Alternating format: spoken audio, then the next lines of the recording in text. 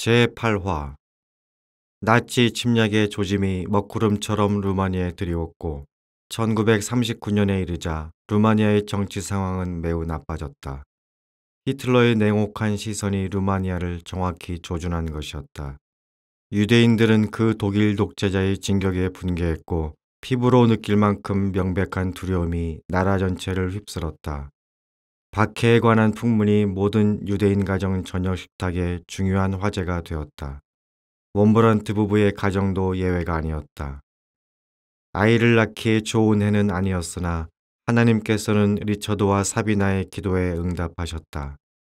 아이 갖는 것을 원치 않았던 웜브란트 부부가 이제는 처자들의 출생을 크게 기뻐하며 미하이라고 이름 지었다. 애가 당신 닮아서 가모잡잡하고 예뻐요. 리처드가 짓궂게 싱글싱글 웃으며 말했다. 그런데 울기만 하네. 언제쯤이나 똑똑한 말을 할까? 리처드가 아들에게 입맞추고 아내를 껴안았다. 한때 웜브란트 부부는 쾌락을 추구하는 삶에 자녀가 방해만 될 것이라 두려워했었지만 지금은 무척이나 행복했다. 회심하기 전 리처드의 바람 피우는 버릇에 사비나가 일일이 간섭했다면 그는 생각하고 말 것도 없이 바로 이혼해버렸을 것이다. 그러나 아들의 탄생은 리처드의 삶에 일어나고 있는 영적 변화의 깊이를 더해 주었고 그는 아버지로서 책임을 기쁘게 받아들였다. 몇 개월 뒤 부쿠레슈티 다른 지역 한 정교회 예배당 바닥에 9사람이 엎드려 있었다. 9사람 몸이 십자가 모양을 이루었는데 그들은 다음 날 아침에 벌어질 암살을 준비하는 중이었다. 그들은 독일과 이탈리아 그리고 루마니아의 파시스트들이 신중하게 뽑은 암살자들로 게슈타포에서 훈련받은 변호사 1명, 광적인 파시스트 청년 몇 명, 공격작전을 이끌 전략가 1명으로 구성되어 있었다. 암살단의 목표가 된 인물은 루마니아의 신임수상 아르만드 칼리네스쿠였다. 칼리네스쿠는 직무를 시작한 지 6개월밖에 지나지 않았으나 루마니아의 극단적인 파시스트당 처리단은 그의 지도력에 문제가 있다고 보았다. 그래서 1939년 9월 20일 그를 암살할 준비를 하고 있었던 것이다. 나치가 루마니아를 점령한 기간 내내 처리단은 정교회 교인들을 정치공작 앞잡이로 이용했다. 1939년 9월 21일 아침 암살자들은 칼리네스쿠 수상 살해에 성공했다.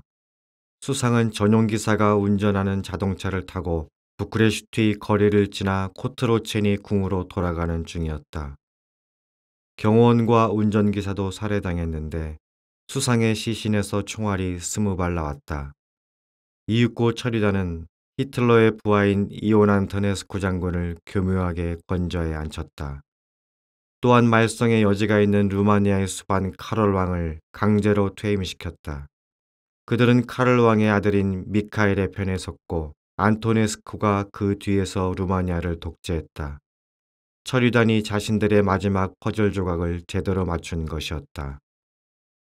녹색 제복을 입은 처리단 단원들은 자신들의 권력을 위협한다고 생각되는 사람들을 마음대로 처리할 수 있었다.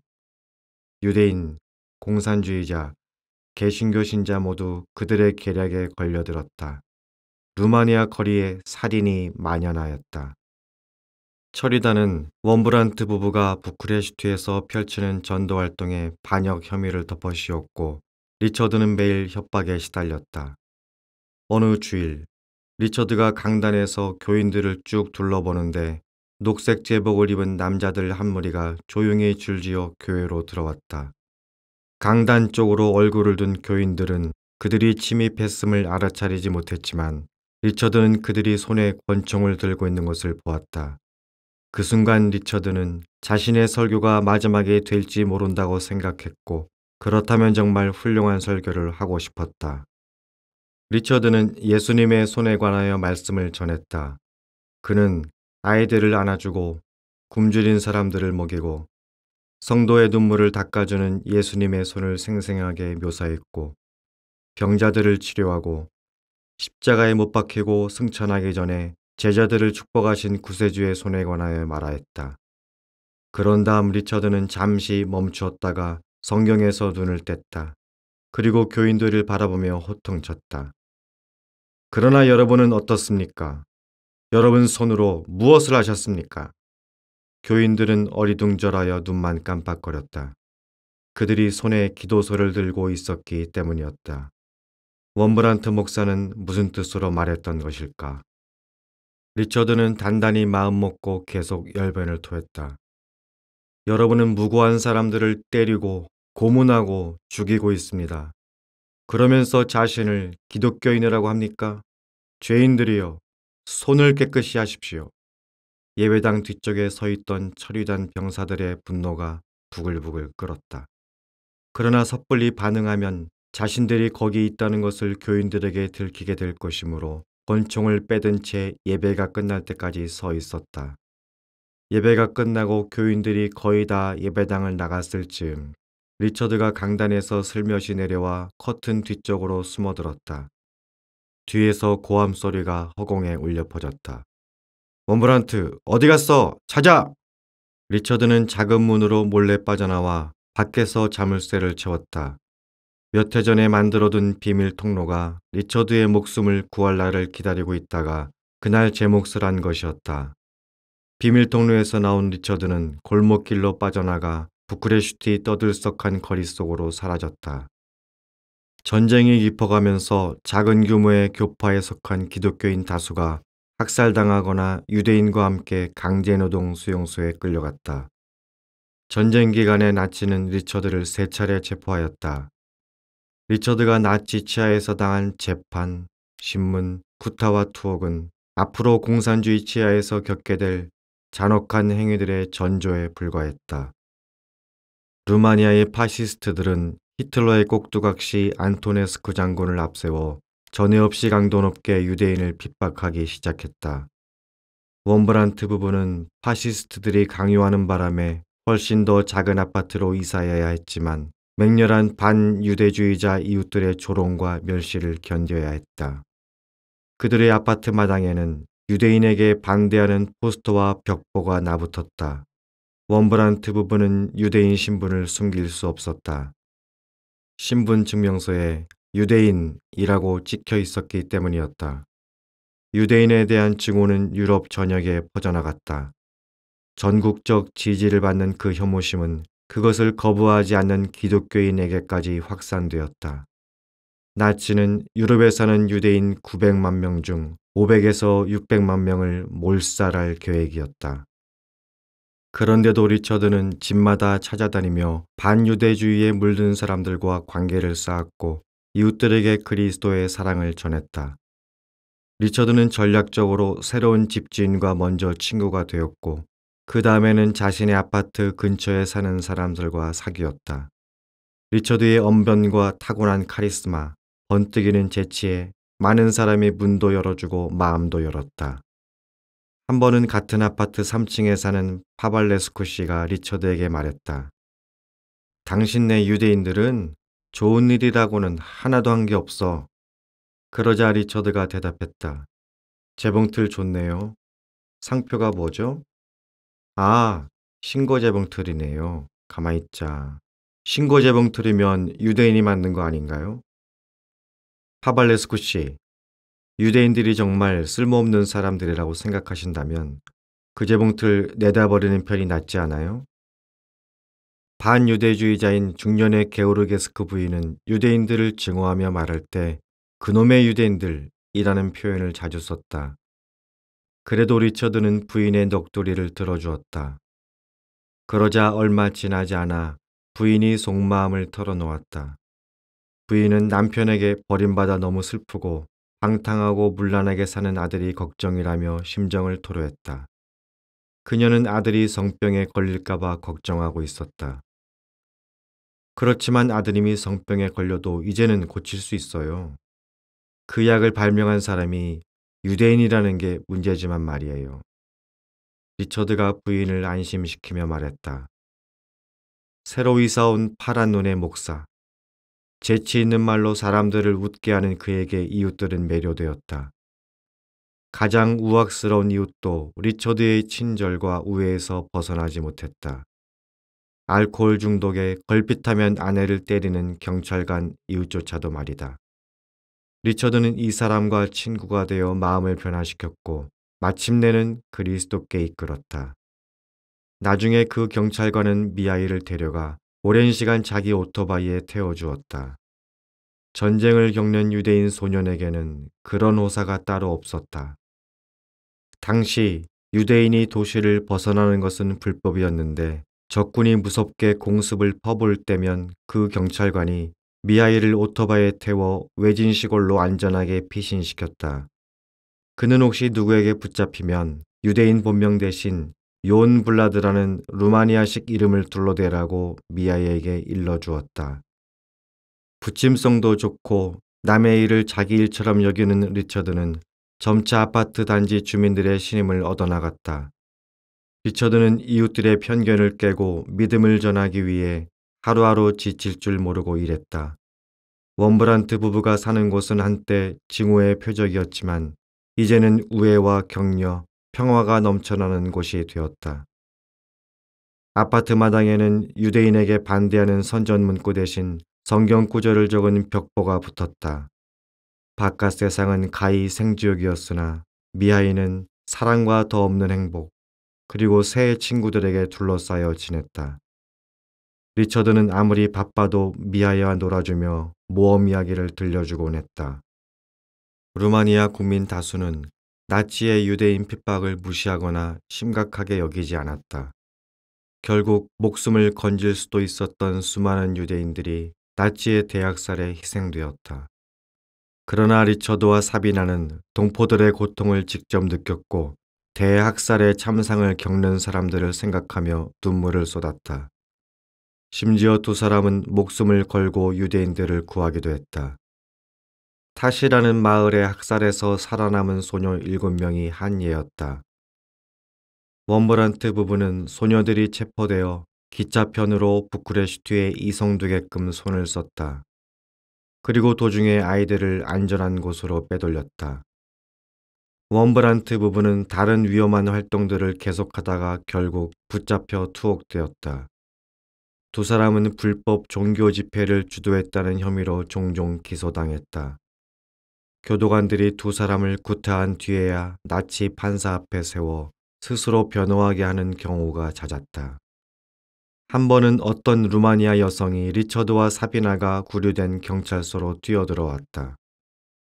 우리 유대인 형제자매가 여기 붙잡혀 있죠. 그녀가 경찰에게 말했다. 나는 그들과 함께 고통당하는 것을 특권으로 여길 거예요. 경찰은 그 여자의 소원을 들어주었다. 또한 경찰은 젊은 웜브란트 부부를 지지하는 다른 많은 사람의 소원도 들어주었다. 많은 이들이 두 사람을 위해 법정에서 증언도 해주었는데 독일 침례교회 플라이셔 목사 같은 사람은 목숨을 내걸고 증거를 제출하여 리처드와 사비나가 풀려나게 하였다. 1940년 루마니아와 영국의 외교 관계가 와해되어 부쿠레슈티에서 사역하던 영국 성공의 선교사들이 떠날 수밖에 없었다. 영국교회 선교단 단장 조지 스티븐스 목사의 비서관으로 일하던 리처드는 결국 혼자 사역을 계속해야 했다. 그로부터 약 5년 뒤 전쟁이 끝날 무렵 리처드는 새로운 기독교 전통을 받아들이기로 했다. 전에 리처드는 정교회에 들어가는 것을 고려한 적이 있었다. 당시 루마니아 국민 대부분이 정교회에 소속되어 있었다. 그러나 그는 정교회의 외적 형식과 의례와 의미 없는 허식에 분개하였다. 이와 비슷한 이유로 그는 로마 가톨릭에 들어가는 것도 거부하였다. 특히 그는 가톨릭에서 라틴어를 쓰는 것이 몹시 싫었다. 리처드는 라틴어가 성경을 변질시킬 뿐이라고 보았다. 반면 리처드는 성경을 명백하게 전하는 것을 개신교에서 강조한다는 사실에 감탄했고 개신교 예배의 단순함과 직접성에 놀랐다. 리처드는 16세기 개신교 종교개혁가 마틴 루터의 삶과 그가 남긴 유산에 매료되어 루터교회에서 목사 안수를 받기로 하였다. 리처드는 단도직입적으로 뜨겁게 복음을 전하고 일반인들에게 예수 그리스도를 알리기 위해 흔들리지 않고 헌신한 루터를 존경하였다. 루터와 리처드 두 사람 모두 교파의 장벽을 초월하는 복음의 능력을 믿었다. 루터는 당대의 종교 기득권층에 저항하며 공격적으로 싸우려 들기도 하였다. 그러나 루터의 고집은 리처드의 고집과 마찬가지로 하나님 말씀에 사로잡힌 영적 생명력에서 나온 것이었다. 루터에게 구원은 행위가 아니라 은혜로 말미암은 것이었다. 리처드는 자신이 전적으로 타락했다는 것을 누구보다 잘 알고 있었으므로 스스로의 힘으로 구원받을 만큼 선하거나 거룩한 인간이 아무도 없다는 사실을 이해하고 있었다.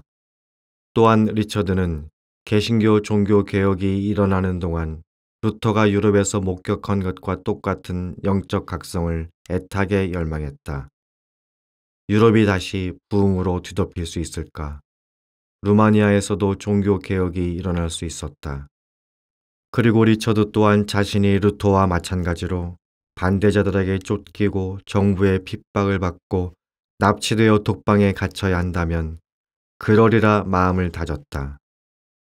리처드는 자신이 섬기는 루터교회 교인들과 루마니아 전역의 기독교인들에게 설교자로 인기를 얻었다.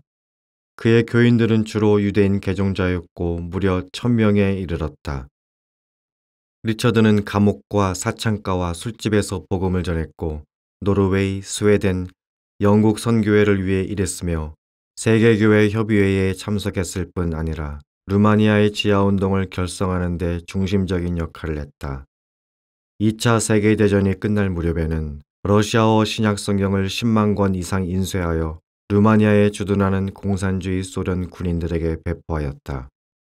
리처드는 이러한 기회들을 주신 하나님께 감사드리며 기도했다. 오 주님, 때리고 조롱하는 무리에 들지 않고 매맞고 조롱당하는 무리에 들게 은혜 베풀어 주셨으니 감사 또 감사드립니다. 웜브란트 부부는 5년 동안 나치의 공격적인 박해에 항거하였다. 항상 감옥을 들락거리는 리처드와 사비나는 사형 선고를 받은 것이나 다름없었다. 한 번은 리처드와 사비나 두 사람이 루마니아 군법회의에서 재판을 받는 동안 더구나 처형되기 불과 몇 시간 전에 루마니아에서 가장 영향력 있는 신문의 편집장이 유명한 종교 지도자들의 관심을 직결하여 웜브란트 부부를 석방하도록 법정을 압박하였다. 다른 시민들과 심지어 정치인들까지도 자신들의 평판을 위태롭게 하면서 두 사람을 도왔다. 스웨덴 외교관 로이스터 베르트는 계속 중지하는 역할을 하고 리처드가 나치 지배하에서 감옥살이를 하지 않도록 지켜주었다. 이 외교관이 안토네스쿠 장군에게 중대한 영향력을 행사한 결과 리처드는 노동조에서 강제 노역을 한 뒤에 석방될 수 있었다. 1944년 8월 23일 어린 왕 미카엘의 지도력을 보조한다는 구실 아래 일하던 정치투사 한 무리가 용기 있게 안토네스쿠 장군을 몰아내 나치 독일에 대한 그의 충성을 사실상 종결시켰다. 모스크바에서는 전후 세계의 형세를 정하게 한 회담이 소집되었다. 연합군인 윈스턴 처칠과 요셉 스탈린이 모스크바의 크렘린 집무실에 마주 앉았다. 처칠이 말하기 시작했다. 영국과 러시아에 관한 한 당신네 러시아가 루마니아의 90%를 지배하고 우리 영국이 그리스에서 90% 발언권을 갖고 유고슬라비아에서는 영국과 러시아가 50대 50으로 권한을 행사하는 것이 어떻겠소? 처칠이 종이 한 장에 제안 내용을 대충 써내려갔고 스탈린이 잠시 생각하더니 파란색 펜으로 동의한다는 뜻을 표시했다. 소련 군인들이 전례를 찾아볼 수 없을 만큼 격분하여 베를린을 휩쓸며 나치에게 보복했다. 나치가 소련 군인들의 동포를 강간, 고문, 약탈했기 때문이었다. 2차 세계대전은 세계 인구 3%의 목숨을 앗아갔다. 미국은 거의 50만 명을 잃었고 독일은 대략 700만 명을 잃었다.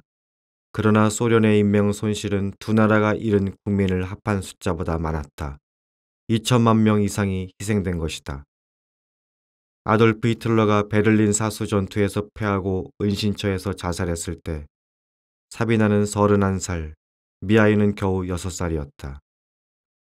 리처드와 사비나는 나치 지하에서 가혹하게 구타당했으나 그것은 공산주의자들이 자행할 잔혹한 짓들에 비하면 무색했다. 공산주의자들은 인류 역사상 가장 대대적인 학살을 자행하여 거의 1억 명의 목숨을 앗아갔다. 게다가 히틀러에 비교하면 공산주의자들이 통제하는 루마니아에는 종교가 설 자리가 없었다. 히틀러는 그나마 국가에서 후원하는 기독교를 허용하고 심지어 자신에게 종교가 있다고 주장하기도 했기 때문이다. 마르크스주의 신념을 품은 요셉 스탈린은 기독교를 정부에 대한 위협으로 해석했다. 기독교는 공산주의 정부가 반드시 근절해야 할 위협이었다. 따라서 기독교인들이 공격 목표가 되어 고문당하고 처형당했다. 나치 지하에서도 그 정도로 당한 적은 없었다.